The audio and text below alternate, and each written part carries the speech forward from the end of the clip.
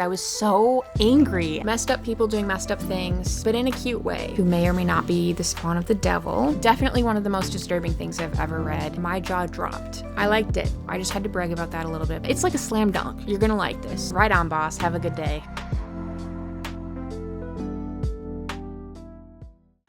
Hi, I'm Sam. There's quite literally no one asking me to do this, but I would like to tell you all about my favorite books that I read in the year 2024. I will be telling you my top 24 best reads that I read, and I have ranked these, so we'll start with number 24, which is my least favorite of the favorites, and then number 1 is obviously my best read of the year. So number 24 is The Music of Marie by Osamu Furuya. So I would say this isn't a story that I normally gravitate towards, but I wanted to pick this up because I was familiar with and enjoyed some of the author's previous work. This is very much like a futuristic steampunk-esque setting. So this city that we're in is called Pirito, and it's protected by this mechanical goddess that flies in the sky, and her name is Marie. And we're following Pippi and Kai. So Pippi has a crush on Kai. They've been together since they were kids. And Kai is unique because he's able to hear Marie's voice. So the goddess speaks to him.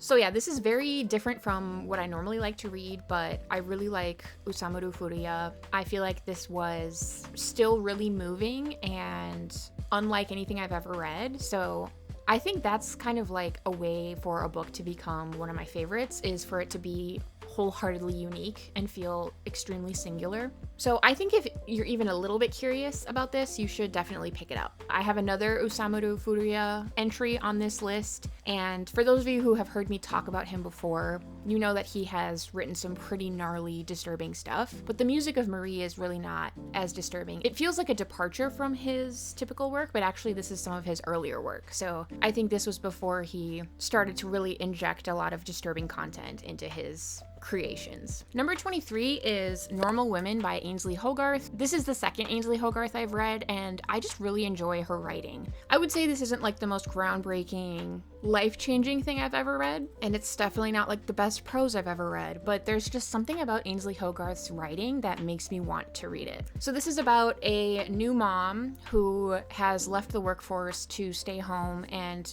care for her child full-time while her husband stays at work. A lot of this is her grappling with that, and even though it's like something she chooses to do, and she didn't really have a career that she was super excited about or invested in, she still struggles with the decision to stay home and be a stay-at-home mom full-time. So again, as someone who does not have children and does not plan to have children, it's weird because it's not like I can relate to a lot of what she's talking about, but I don't know, I just love to read about women and their struggles. Danny knew she'd struck a nerve here, because Clark was the type of man who, in his own mind, wasn't like other men.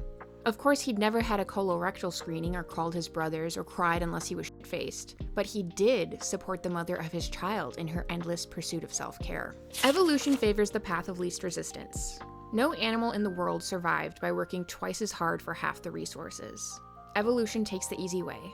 Evolution is only as good as it has to be, like how the world works for men. So yeah, I had a lot of fun with this one. Again, it's not the most life-changing, groundbreaking thing I've ever read, but I had fun, and I would recommend it. Next is All Fours by Miranda July. I've seen this on everyone's best of lists. I am a huge fan of Miranda July. This is not the first thing of hers that I've read.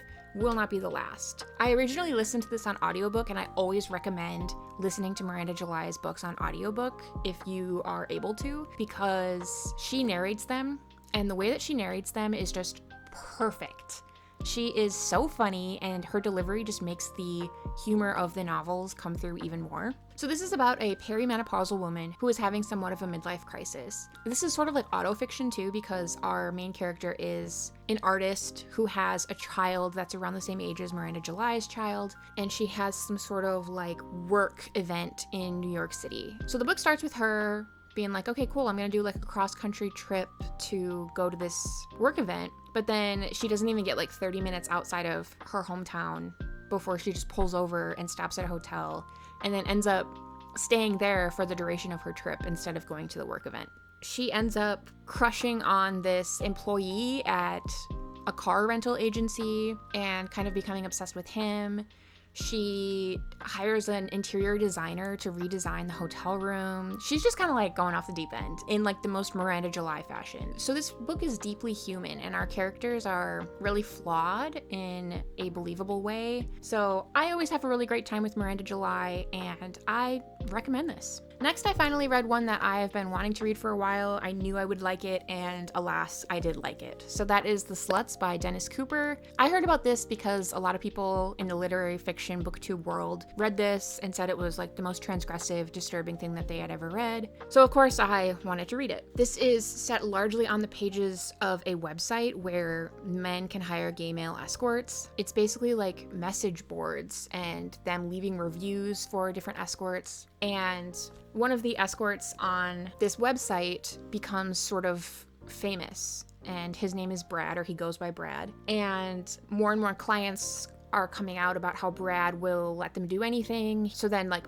clients with more and more extreme desires try to seek out Brad, and it eventually devolves into, just a lot of violence and disturbing content. So it definitely delivered on what I expected it to be. I will say I read this physically, and since it is totally told on like this website, sometimes it was kind of hard to keep track of like who was who just by their username. And I would say if I had listened to this on audiobook, it would have been nearly impossible for me to keep track, because there were a lot of times where I had to flip back to be like, okay, wait, who is Juicy LA Boy? I don't remember who that is, that kind of thing. So I definitely recommend this, but that was kind of like the only gripe that I had about it. Next is Of Cattle and Men by Paula Maia, and this was translated by Zoe Perry. I read this at the beginning of last year, and it still really stuck with me, hence why it made its way onto the list. But we're following this man named Edgar Wilson who works as a stunt operator at a slaughterhouse. And he is very ritualistic about the way that he slaughters cattle. And he believes that it's the only right way to do it, and it's sort of like the merciful way to do it. It's important to calm the cows, especially now that they seem so unsettled. They have begun to run in panic into walls and over cliffs. What is certain is that there is something in this desolate corner of Brazil driving men and animals to murder and madness. So yeah, this is a short little novel. It really packs a punch. I really had a lot of fun with this one. It definitely has social commentary about class and sort of like the separation between man and animal, and how sometimes that separation is not as wide as we think it is. Some of the commentary is pretty on the nose. I mean, I feel like if you've read any sort of like slaughterhouse book, I don't really think that this one is necessarily doing a ton of new stuff, but I still really had a lot of fun with this one, and I really enjoyed it. How many head you slaughter a day? Depends on the load. 60, sometimes 90. One time I slaughtered 170 head in one day. By the end of the night, I couldn't feel my arms. Yeah, the stench of death is all around us. Edgar Wilson agrees with a nod. You like your work there at the slaughterhouse? I do. Sometimes I don't like dealing with all the blood and death so much, but it's what I do. Somebody's got to do the dirty work. Other people's dirty work. Nobody wants to do that sort of thing. That's why God put guys like you and me on this earth. He's never been to a place as clean as this. It's so different from the slaughterhouse where he works and from the housing where he lives, cooped up with several other workers. 2 enclosures, one for cattle and one for men, standing side by side. Sometimes the smell is similar. Only the voices on one side and the mooing on the other distinguish the men from the ruminants. His duty done, he goes to the kitchen and fries up the burgers. Together with his coworkers, they eat the whole box in astonishment. Round and seasoned like that, they don't even look like they had ever been a cow. Not one glimpse of the unbridled horror behind something so tender and delicious. So I definitely recommend this one. If any of that sounds interesting or intriguing to you, you should pick this one up. Next is Betwixt, which was a horror manga anthology. The cover of this is illustrated by Junji Ito, but none of the art or stories within are by him. This is actually a collection of stories written by artists and authors from Japan and the US. And I know that some people really didn't like this collection, but I thought that it was very successful, and there were a couple stories that really stuck with me, and I vividly remember the scares from them. So I think if you are a fan of Junji Ito, even though he doesn't have any art or stories in this collection, then you should pick this one up. I think even if you're just a horror manga fan in general, you should give this one a try. Next is a manga series called Dandadan by Yukinobu Tatsu. So I'm sure if you're a manga or anime fan, you've heard of this one already. The anime really took a lot of people by storm this year, but if you are not familiar with it, this is following a high school boy and girl named Momo and Okarun. Momo thinks that spirits are real but doesn't think aliens are real, and Okarun thinks that aliens are real but spirits aren't real. So they dare each other to go to these sort of like hotspots, one where aliens have been said to appear and one where spirits have been said to appear. And they find out that indeed spirits and aliens are real. So Momo ends up getting abducted by the aliens and Okarun ends up getting possessed by a spirit. And then they both have to sort of like help each other survive that scenario. And then, obviously the series continues on. So I had a lot of fun with this one. The art style is really cool. I think the first chapter and like the first episode, there is some kind of rough fan service that a lot of people weren't happy about, but I think it's like very tongue-in-cheek and it's very cute. Momo and Okarun have like a budding romance. I just think that it's delightful. The art style is beautiful. I love the characters. I just think it's a lot of fun. And I'm usually not a huge sci-fi girly, but this is just done really well and I think it's a lot of fun. So if you're even a little interested, I think you should check it out. Next is The Stepford Wives by Ira Levin. This was pretty much exactly what I was expecting in that I knew that it was going to be a banger. I had read Rosemary's Baby last year. Obviously, again, that's one I knew was going to be great, and it was great. Stepford Wives is another one that's just so classic and so good that it's like a cultural icon at this point. It's so cemented into the horror lexicon that I think people reference this without even having watched the movie or read the book. So for those of you who don't know, this is about a family that moves into this new community, which is pretty much just like rich white people utopia called Stepford. We are from the point of view of the wife. She is excited to be living in such a prestigious community, but she quickly realizes that something is not right. She tries to connect with the other women in the community, and they all just seem very robotic and very fixated on cleaning the house and catering to their husbands and family. Ira Levin is just one of those writers where there is not a single word out of place. There is not a single word too many in any sentence. It's like written with surgical precision. There's no fat on this at all. It's just psychological suspense and horror the whole time. And it's sort of like, if you're familiar with the Stepford Wives, you kind of know what the horror is going to be. Like, I knew what was going to happen, and it still was just so tense and chilling. And by the end, I was just like punching a pillow because I was so angry and I just like could not believe that this was happening. I think if you are a fan of scenarios where the horror is really contingent on a character losing their autonomy and kicking and screaming the whole time to be heard and understood and believed, then you will really enjoy this one because, yeah, this one was everything I wanted it to be.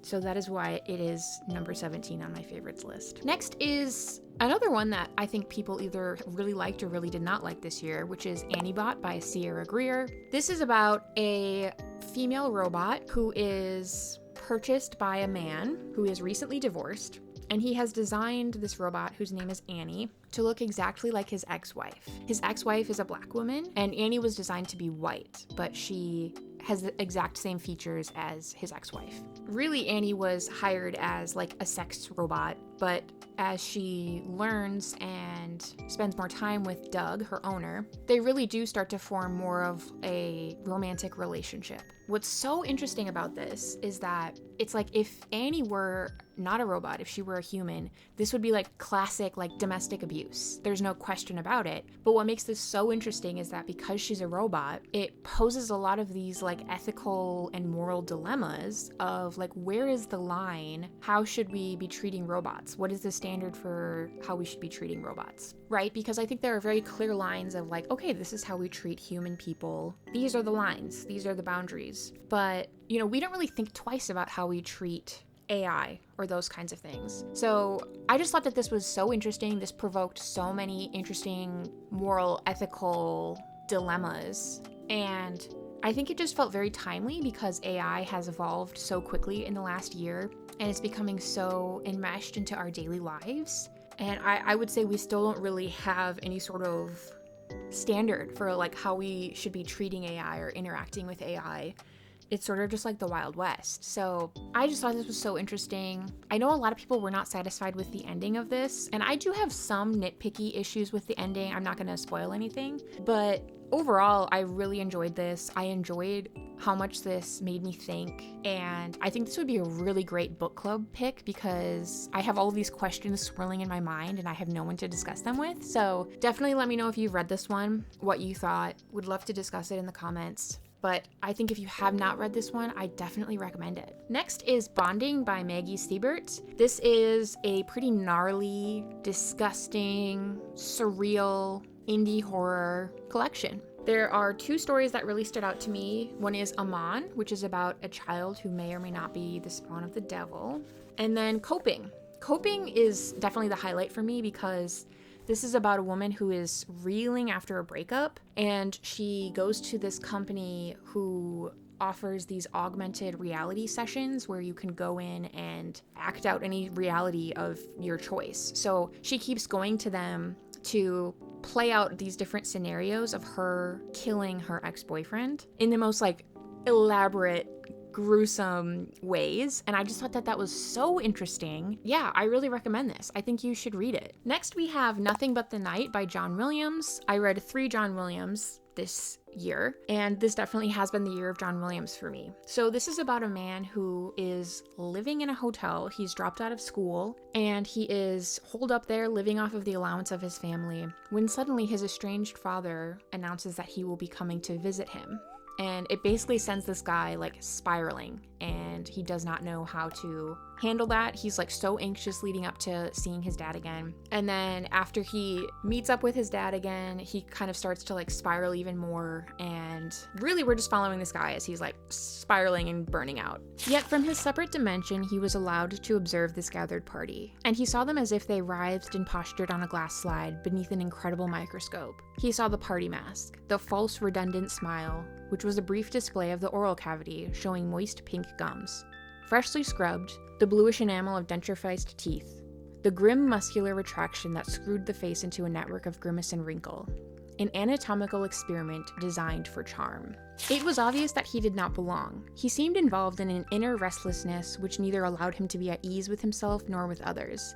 He sat forward in his chair tensely, as if on the verge of leaping to his feet and fleeing in sheer panic. Yet he was seen frequently here and at other similar gatherings, always a bedeviled alien, a misfit. Always and without fail, each of these functions hung about him like an ill-fitting suit. Here is your real stranger, thought the dreamer. Not the man you have never seen, not the man you have never known, not the face you glimpsed briefly on the teeming street, not the dark, once-heard voice, not the foreign face you have read on pages, not these. But here in this man you know too well to know, whom you have seen too often ever to see. Here is your real stranger on the streets. This huddled, blonde, tense figure who sits in a chair in the corner of a room, unnoticed and alone. For he was unnoticed and alone, and no one knew him. His name could be spoken by a few, and that was all. The bare essential facts of his life were included in the knowledge of no person here. They were not deemed important enough to consider, much less to investigate. To these people, he was a noise without meaning, an explosion without disruption. So that is all just from the first chapter of this book, which is a little banger, and I definitely think you should read this. Next we have Lullabies for Little Criminals by Heather O'Neill. I don't think I've talked about this one at all yet on the channel, and I had such a great time with this. We're following a 13-year-old girl named Baby who lives with her dad. They live on like the Montreal equivalent of Skid Row. So we're following Baby as she's growing up with her drug addict father, and then eventually as she is pulled into foster care and just her growing up and coming of age in this awful, awful environment. There was a way that you could sleep properly when a house had been straightened up, when all the Ranger Ricks were put on the shelf and the toys were put in the plastic box and tomorrow's clothes were laid out neatly on a chair. But then again, when everything was left out all over the floor and the dishes were still in the sink, there was a way that you could dream. I will let you in on a little secret about being hit by a car. Sometimes it doesn't hurt at all.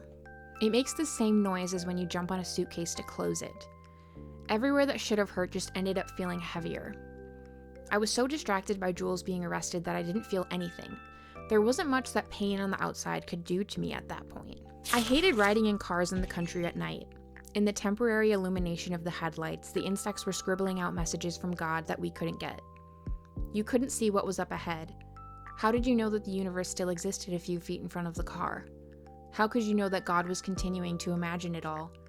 How could you be sure that he hadn't forgotten about the road and that you wouldn't soon be driving into nothingness? So yeah, guys, if any of that sounds interesting, you should read this. It's really good and sad and heartbreaking and heartwarming. I liked it. Next is another one that I was told that I would like, and when I read it, I loved it just as much as I thought I would. That is Hellhound by Ken Greenhall.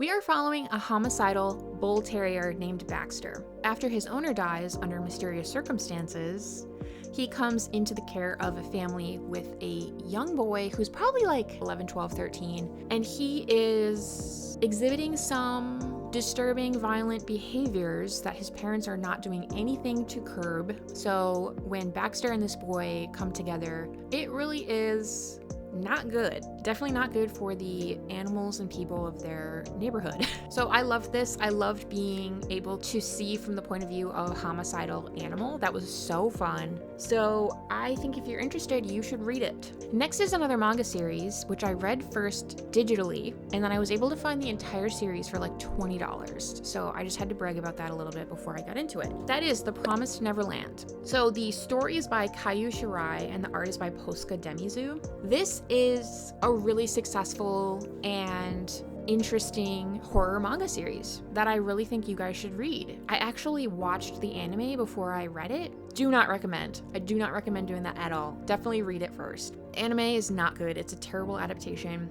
But the manga is so good. There are so many like twists and turns. I was like riveted the whole time. This is about children who are 11 years and younger who live in this orphanage, and they're all like super happy, loving life. They love their caretaker who they call mom. But then one day, two of them uncover a dark secret about their seemingly idyllic life at this orphanage that kind of shatters their worldview and makes them realize that maybe they are not as safe as they thought they were.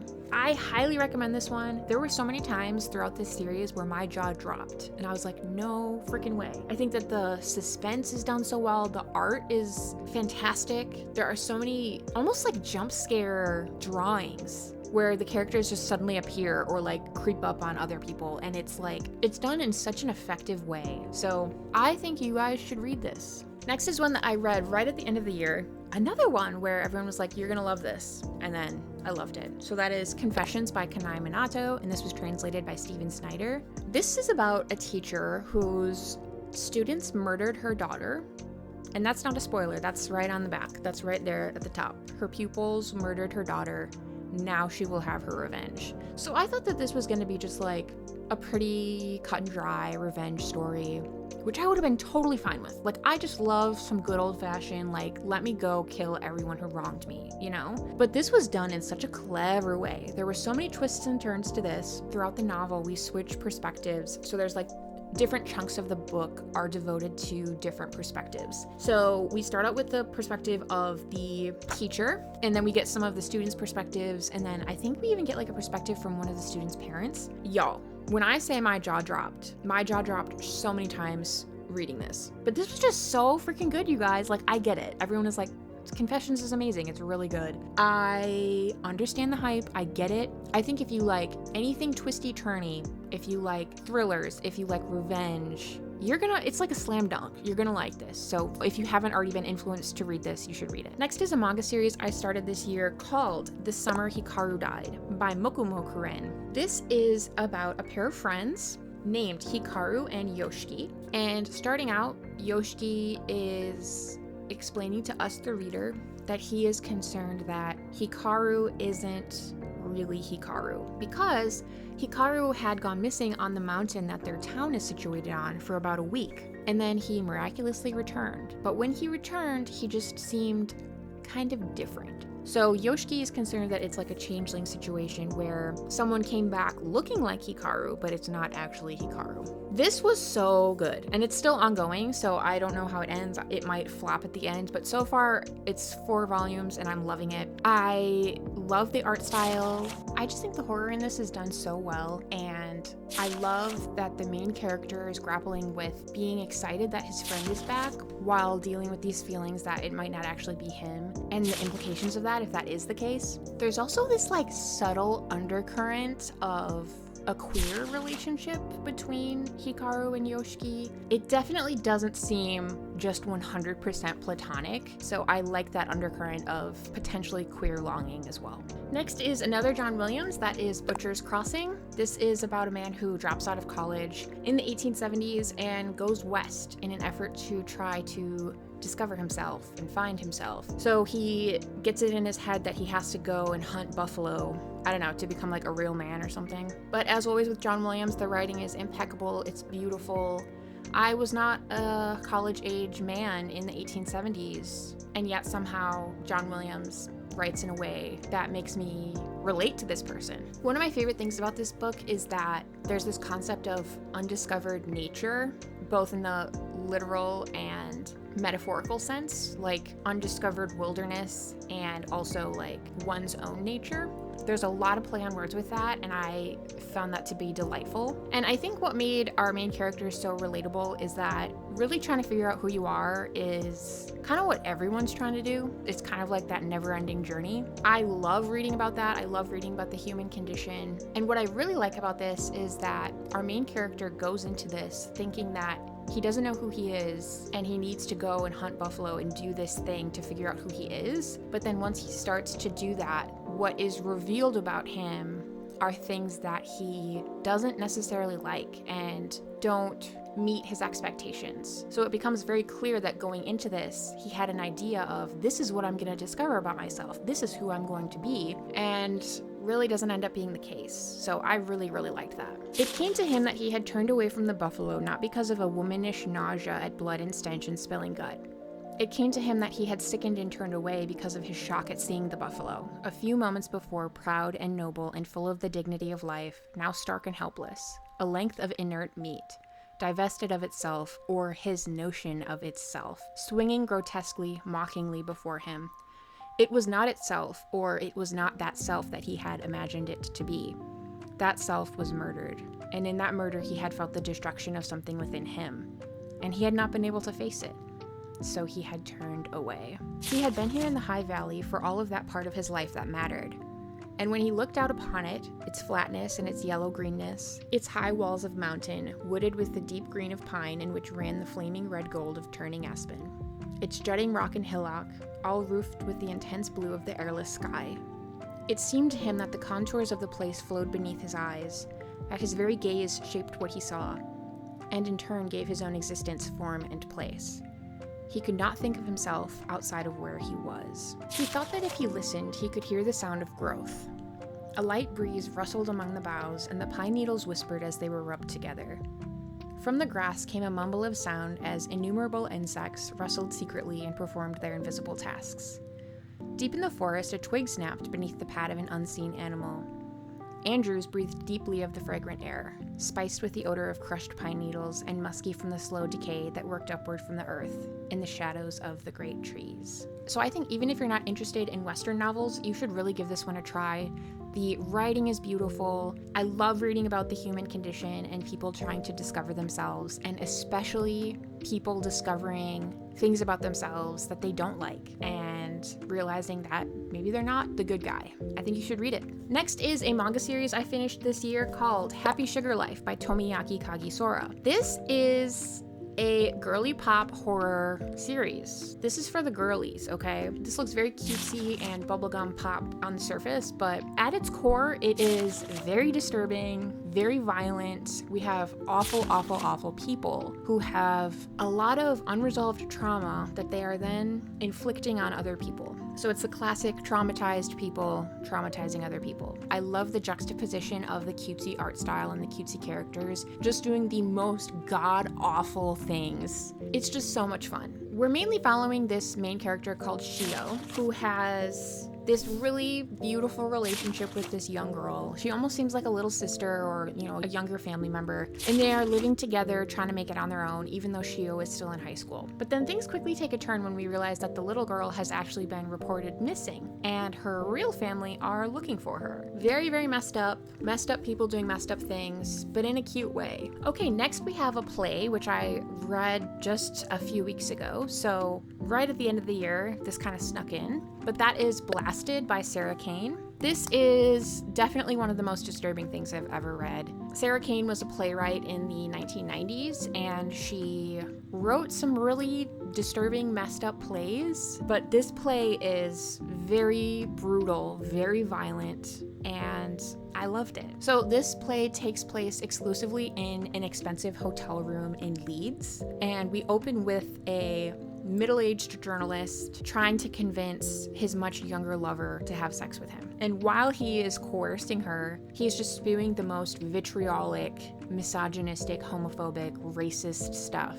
And then reality kind of starts to dissipate, and the room becomes embroiled in a civil war, and a soldier invades the space, and eventually the play descends into these really intense scenes of brutality. So there is a lot of social commentary in this play that I thought was very effective. My jaw was on the floor, but this is very brutal, very intense. So I would definitely look up trigger warnings before reading this. But if you are interested and you think you'd be able to, I highly recommend this one. This is one of the best plays I've ever read. Next is another one I read relatively recently, so kind of snuck in there, but I just had to include it because it was so enjoyable.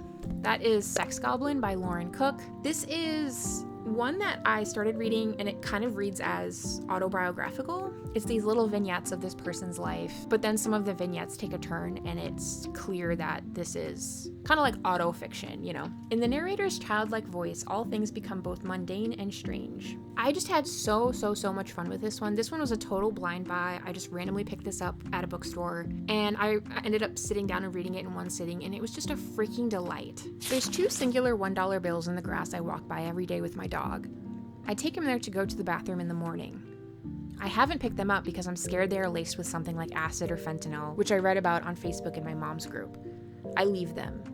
Someone else can get drugged through their skin. 4 days later, there is only 1 bill left. I noticed one was gone and the other was covered in the morning frost. I wonder if the person who took one got drugged like I suspected. I won't pick it up because it is a test, I think. But I also wonder if I'm doing the right thing. Like maybe I'm not open enough to accept the wealth flowing to... God, that's kind of hard to say. Like maybe I'm not open enough to accept the wealth flowing to me. But I know it's a death trap. I know it in my heart. You have to trust that the person editing the film knows what to look for in the raw footage. I'm not one to brag, except when I brag. Can't lie to you, can't lie without you.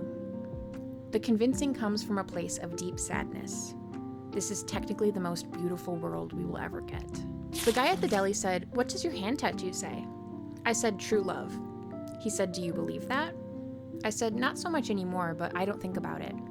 He said, "Well, I definitely believe in making love." I said, "Right on, boss, have a good day." Contrary to popular narratives and tropes, I actually think I was born into this life as a human and not as a bug, as punishment for my past lives. If you were a bad person, why would God reincarnate you as a bug? To be a human is ultimately the most an animal can possibly suffer on this planet. Humans spend their entire lives trying to have what bugs have. You have a $40 copay for mindfulness training, so maybe one day your mind can come close to the lack of existential back and forth an insect has. You know when you're watching TV and it induces psychosis in you?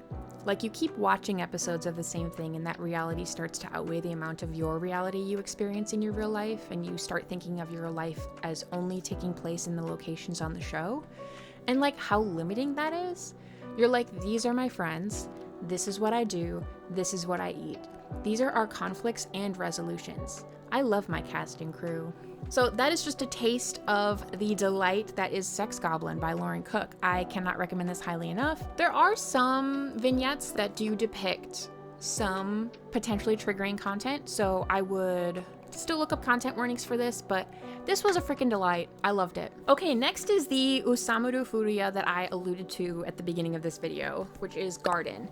This is the most disturbing thing I have ever read, specifically the final story in this collection. So yes, this is a short story collection that is, I think, horror. The last story for sure is horror, but I think what all these stories have in common is that they are surreal. The first story feels like it takes place in a Salvador Dali painting. These are mostly very transgressive, intense, surreal, disturbing stories. I love how this author sets up a panel. I love how he subverts expectations. I love how he uses the panel to control the flow of the narrative. There is just no one like Osamu Furuya. He is one of a kind. So this actually has not been released in English yet. You can find it digitally online in English, but there's no physical English release of this. So to give you an idea of how much I like this, I purchased this. This is an Italian version. I do not speak or read Italian, okay? So that tells you how much I loved this and felt that I needed it on my bookshelf. Despite how disturbing and insane it is so, so, so good if you can read it. I will say a word of caution, the final story in this is the most disturbing thing I've ever read, and I can't actually recommend that one because it is so intense. It's about a girl who stumbles upon this guy in the forest who has kidnapped and murdered a bunch of kindergartners. So it's very, very grim. It's not easy to see those things illustrated, so definitely check content warnings for this one. But if you are able and in a good headspace and you like this kind of thing, definitely check it out. Spot number 2 and 3 are held by Inio Asano. So number 3 is Solanin, and number 2 is A Girl on the Shore. I thought about only including one of these on the list, but the more I thought about the ordering of this list, it just felt wrong to only include one and not both, because both affected me so deeply for different reasons. So Solanin is it's very slice of life. We're following this group of friends who, most of them are in this band together. Really, at the end of the day, this is just about them trying to follow their dreams and make it as a band.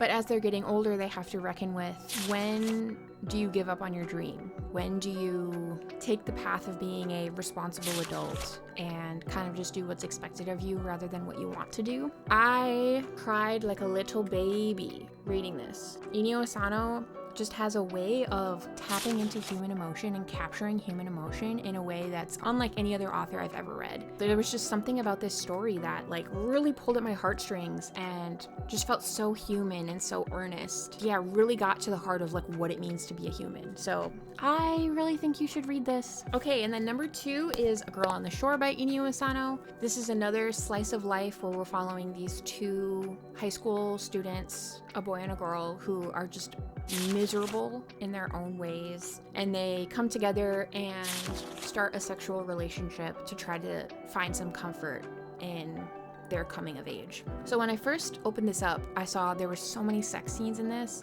and I kind of just thought this was going to be like raunchy, smutty, but I would say that could not be further from the truth. Even though there are a lot of sex scenes in this, they are never erotic. It's almost sad, honestly. All of Inio Asano's work feels very cinematic.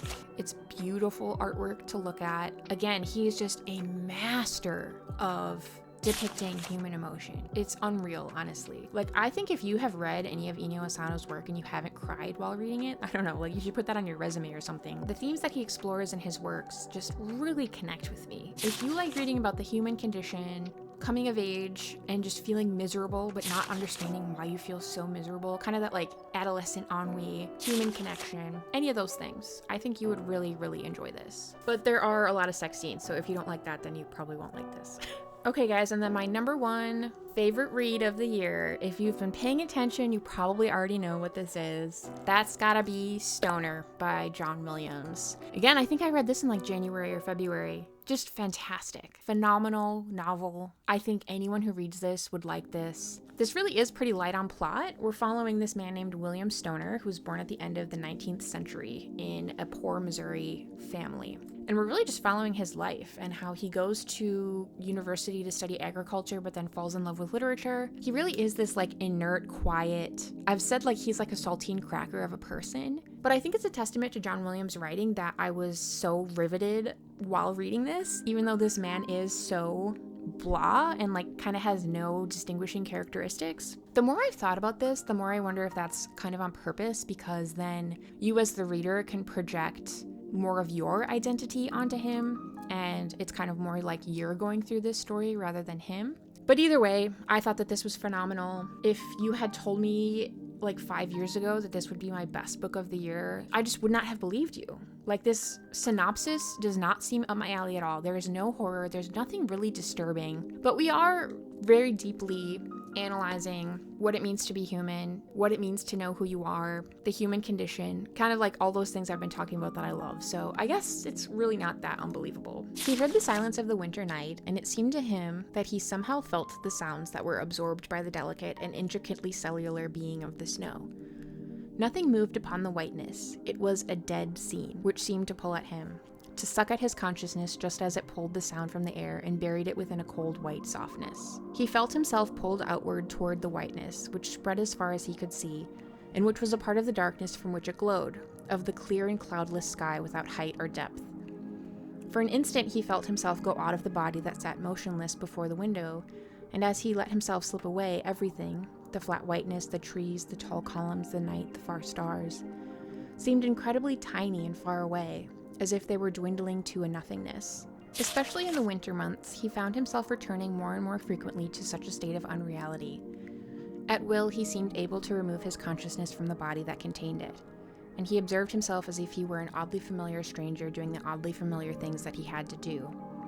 It was a dissociation that he had never felt before. He knew that he ought to be troubled by it, but he was numb, and he could not convince himself that it mattered. He was 42 years old, and he could see nothing before him that he wished to enjoy, and little behind him that he cared to remember. Stoner is my favorite read of the year. I think everyone should read this. This doesn't really have any crazy content warnings, so this is one of those things that I think I could universally recommend to everyone. Your grandma should be reading this, okay? So read this and let me know if you like it. Okay guys, those were my 24 favorite books of 2024. I love these books very much, and I hope that if you read them, you love them too. So you can like this video if you want. You could comment, what are your favorite books of the year? Have you read any of these? Did you love them? Did you hate them? You could subscribe, and thank you so much for being here. Love you guys. Bye.